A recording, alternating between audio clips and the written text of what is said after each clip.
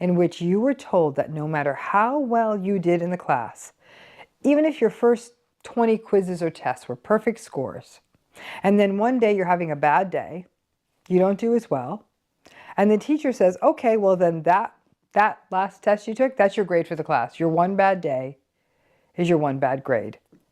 And it ruins your performance in the class, even though you did great. You were actually doing great.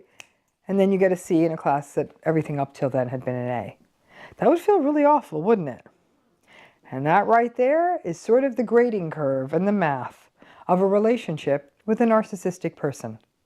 Many of you can think of examples where you put your head down in one of these relationships and you got it right. You said the right thing, you did the right thing, you didn't do the wrong thing, you didn't say the upsetting thing, you complimented them exactly right, you noticed things you were supposed to notice, you validated them, you just got it right for days, for weeks, even months.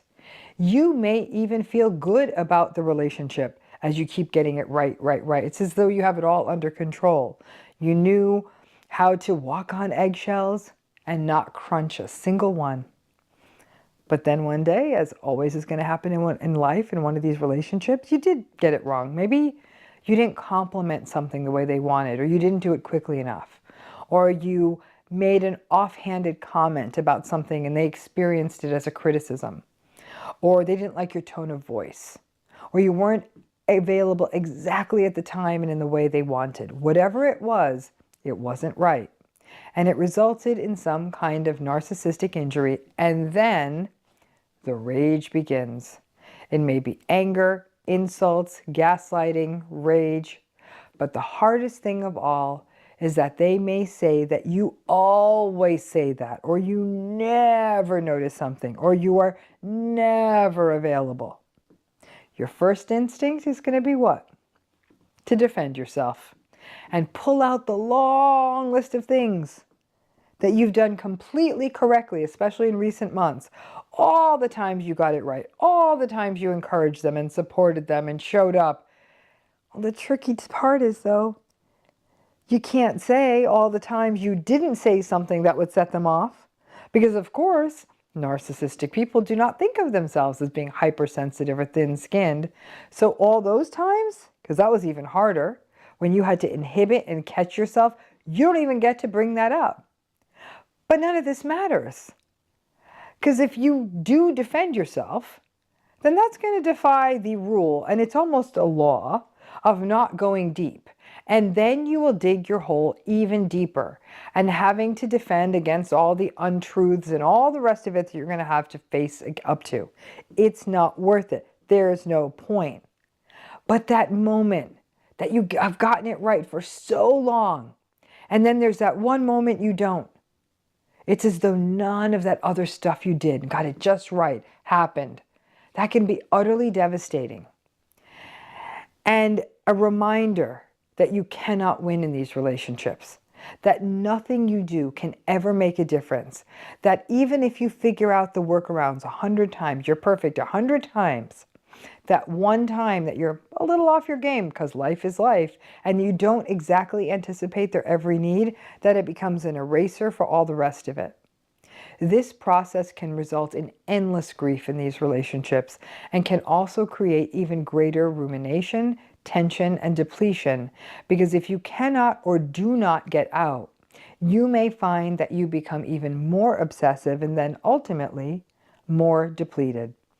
It's impossible for anyone to get it right every time.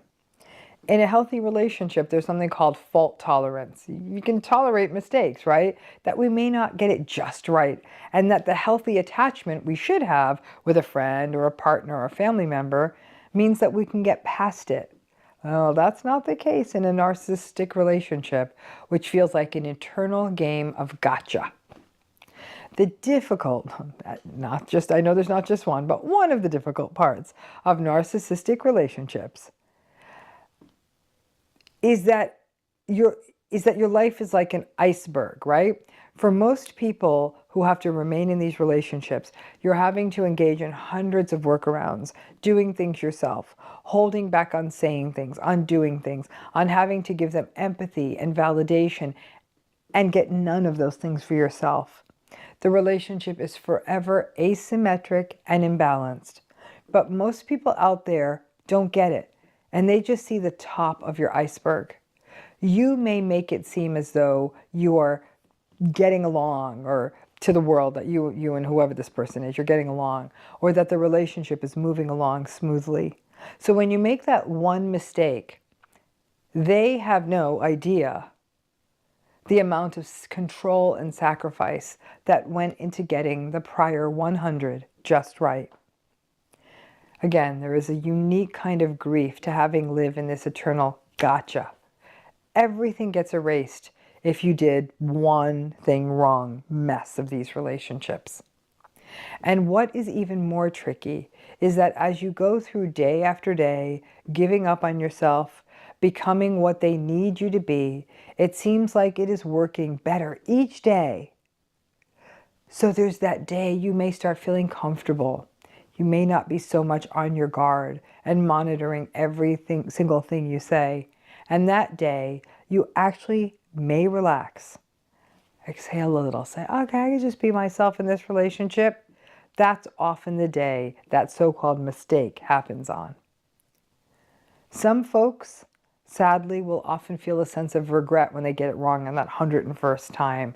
Oh, if I'd only been more on it, if I only hadn't said this or that, if I got it more right, or if I didn't do that, then I wouldn't be in this mess. And the self-blame begins, right? Listen, any day you are able to succeed at the mind-reading nightmare that is a narcissistic relationship, that's the miracle. But that regret can keep you up at night and fuel the rumination. If you live like this long enough, you recognize that you have become nothing more than an emotional handmaid to the narcissistic person, living forever and trying to anticipate their needs, avoid their wrath, win them over, and keep the peace. It is not possible to get it right every time. And in some ways, knowing that the first time you get it wrong means that they have that memory eraser for all that you got right, perhaps that could just mean that you stop being perfect for them, trying to be perfect at least, that you don't play their grandiose ground game. You don't get into the mud with them. And don't expect that they will acknowledge you, but stop thinking that you can win at this game. You cannot manage this idea of one wrong move and it's over. This whole psychological series of booby traps, and the first time you trip the wire, the whole thing blows up. That's not a relationship. I have no doubt that this has happened to so many of you. Maybe the key in any of these relationships is to pull back and stop trying to make it work. Making it work isn't a thing in a narcissistic relationship because it really doesn't work. You are merely biding time until the one day you make that one mistake, if you do try to make it work. Making it work then means fully subjugating yourself and finding out that still may not be enough. Let this be that wake-up call that, again, you get in there, you do what you can, you recognize it's going to be a bumpy ride, but at least you don't kind of get into that game. I think of it as one of those games you see that with each successive thing you get right, the prize you get is going to get bigger, right? So the tension mounts. After question 15, you can make so much money, or move 10 or something like that. That the longer you're in the game, the fewer people are in it. So the stakes get higher. That's what these relationships are. With each thing you get right, those stakes get higher. Because it does mean that when you do get it wrong, as it were, there's so much to lose. All that time served, all that seeming goodwill. But if you give yourself permission to recognize, this thing's going to topple no matter what I do, you might as well get ahead of it and topple it right out the gate. Why is it that the narcissist will blame you and even take sides against you, even when the other person is a stranger? Let's take that on. A lot of you asked about this. Like I said, this is a question and a request that has come in several times in the past few months, and I'm finally going to get to it because I do think it's a very important question. It's a question that comes from people who are stuck in narcissistic relationships of all kinds, intimate relationships, family relationships. The question is actually a rather simple one, with a kind of complicated answer. Why does the narcissistic person always blame me? Now, you know why they don't take responsibility themselves. Why blame me? In essence, why do they take sides against me? Even when the other person with whom they're agreeing with and taking sides against me is a stranger or someone who's relatively insignificant in our lives, like somebody who picks up the trash or a server in the restaurant. So we come back again to the almighty concept of triangulation. It is a comfortable spot for the narcissistic person, and they like to triangulate. They triangulate in everything they do. They gossip. They spread innuendo. They engage in smear campaigns.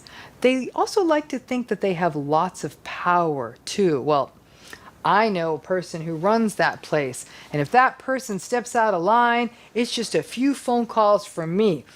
Better not step out of line. And they're fond of thinking they have that power and they can affect someone's